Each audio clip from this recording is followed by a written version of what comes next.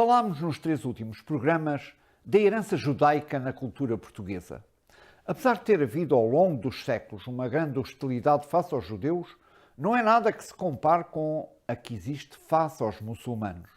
E, no entanto, o seu contributo para a cultura dita ocidental e particularmente para a cultura portuguesa é enorme, como veremos no decorrer dos próximos programas.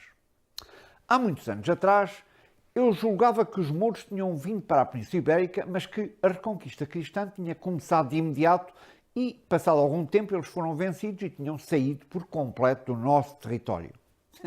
Se calhar muitos dos nossos telespectadores assim pensam, e certamente assim pensam muitos nortenhos que pejorativamente designam os do sul de mouros, como se os mouros apenas tivessem vivido no sul de Portugal continental. Vamos então analisar de forma rápida o que é que se passou. Como se sabe, o movimento islâmico iniciou-se na Península Arábica, hoje Arábia Saudita, onde viveu Maomé. A partir daí iniciou-se uma expansão militar tanto para norte até ao Mar Negro, como para o Oriente até às portas da Índia, como para o Ocidente, aqui dominando todo o Norte da África, designadamente a zona de Marrocos e da Argélia, onde viviam populações berberes. A maioria dos invasores da Península Ibérica são berberes islamizados, dirigidos militarmente pelos árabes.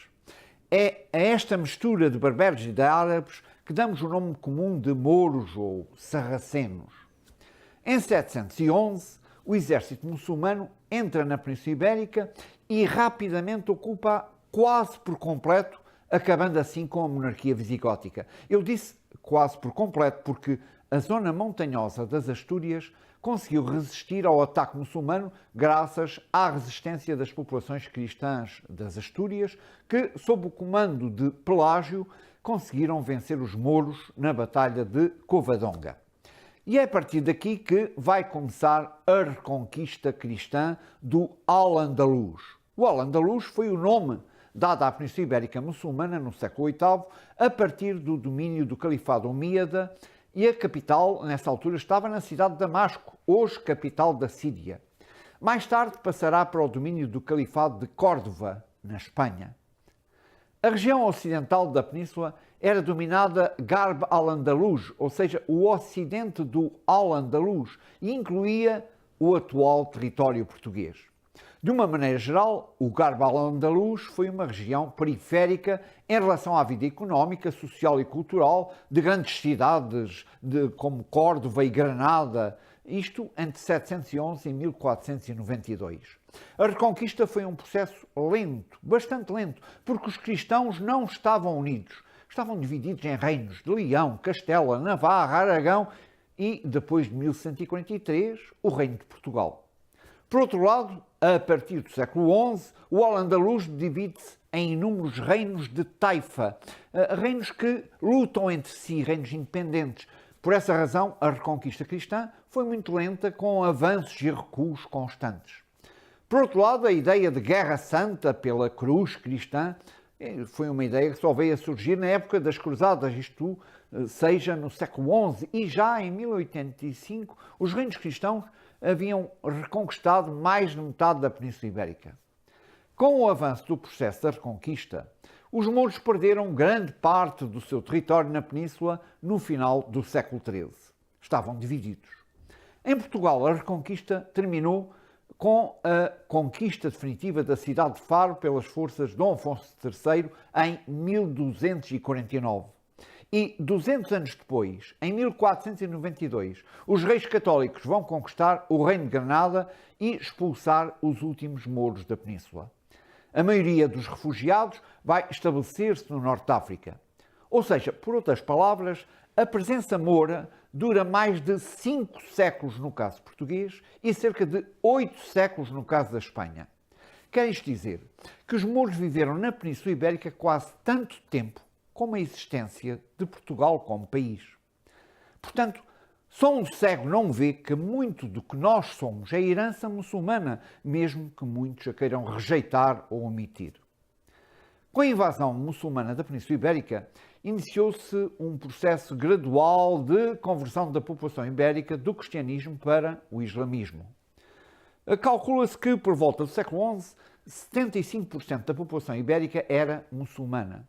Os restantes 25% eram compostos pelas minorias cristãs e judaicas. Portanto, a maioria dos mouros ibéricos eram descendentes de cristãos convertidos ao islamismo que acabaram, com o passar das gerações, esquecendo as suas origens e assumindo uma identidade árabe, do mesmo modo que ocorreu com os berberes do norte da África. O processo é muito semelhante.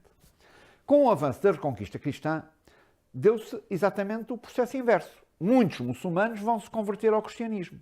Em Portugal, a população moura já estava bastante iberizada e a sua assimilação na sociedade portuguesa aconteceu sem maiores problemas.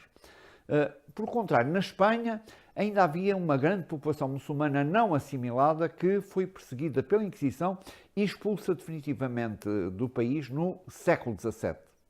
A população sob o domínio muçulmano era muito heterogénea e constituída, como disse, por árabes e berberes, uns e outros muçulmanos, moçárabes, cristãos que sob o domínio muçulmano conservaram a sua religião, mas que adotaram as formas de vida exterior dos muçulmanos e, igualmente, de judeus.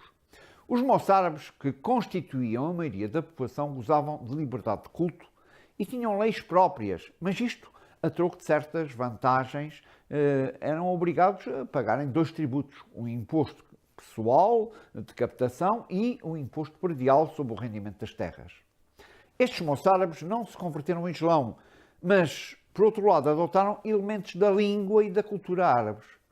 Foi durante este período que muitas novidades se deram, como, por exemplo, o cultivo do arroz, que foi introduzido na Península Ibérica, bem como produtos, olha, sei lá, a berinjela, a alcachofra, a cana-do-açúcar. Mesmo os alimentos eram cozinhados utilizando ervas aromáticas, é o caso dos orégãos, do alecrim, da hortelã-pimenta, por exemplo, que era muito usada também para fazer chá. E mesmo certas especiarias, o gengibre, a pimenta, os cominhos. A mesa passou a ter outro gosto. A açorda é de origem moura. A gordura que era utilizada era o azeite, uma palavra árabe, que era guardada em almotorias, outra palavra árabe. Os doces eram também muito apreciados. Repara, as queijadas, o arroz doce, polvilhado com canela, a altria, os diversos pastéis feitos com frutos secos e mel, que são ainda hoje características da gastronomia de certas regiões da península, são heranças mouras. E, claro, ao nível da agricultura, novas técnicas e instrumentos de regadio. A nora, a azenha, a picota. Os muçulmanos vinham do deserto, apreciavam a água e souberam cruzar os sistemas hidráulicos dos romanos com os dos visigodos e com técnicas que eles próprios trouxeram do Oriente. Ao longo dos rios vão começar-se a construir moinhos de água, as azenhas. Um moinho de água, ou uma azenha, sabe o que é? É qualquer tipo de mecanismo capaz de aproveitar a energia cinética da movimentação das águas e, com isso, podem-se moer os grãos, irrigar grandes arrozais, drenar terras alagadas e, olha, até mesmo hoje gerar eletricidade. Para retirarem a água dos poços, introduziram a nora e a cegonha, que em algumas regiões é conhecida como picota. A nora é um engenho, muitas vezes é mesmo chamado engenho. É um aparelho para tirar a água dos poços ou mesmo das cisternas. É constituído por uma roda com pequenos reservatórios que têm o nome de alcatruzes. A cegonha ou a picota, que está a ver, pronto, é constituída por uma vara comprida que balanceia sobre uma forquilha e aí está um balde que se vai mergulhar na água. Do outro lado há um contrapeso, normalmente uma pedra, que faz subir o balde quando está cheio e, portanto, exige menos força. E falarmos das maravilhosas mesquitas, dos palácios, das habitações, tudo isso teve grandes influências. Olha, por exemplo, as chaminés algarvias, que estamos a ver, elas lembram os minaretes das mesquitas e, curiosamente, os árabes não utilizavam chaminés. As açoteias, não é? Aqueles terraços por cima das casas no Algarve, são casas próprias dos climas quentes, não são como aqui. Os conhecimentos matemáticos desenvolveram-se imenso com os árabes. Estou a pensar, olha, os algarismos. Quando está a escrever 3 mais 2, o 3 e o 2 são algarismos criados pelos muçulmanos. A álgebra, a astronomia. Vão-se criar, por exemplo, novos instrumentos, a bússola, o astrolábio. o desenvolvimento da medicina, da navegação. Estou a pensar, por exemplo, a caravela que vai servir para os descobrimentos. Pois é um barco que os árabes nos trouxeram. E a nível artístico, os tapetes, os azulejos, as alcatifas, os tapetes de arraiolos, tão belos. Tudo isto tem influência árabe.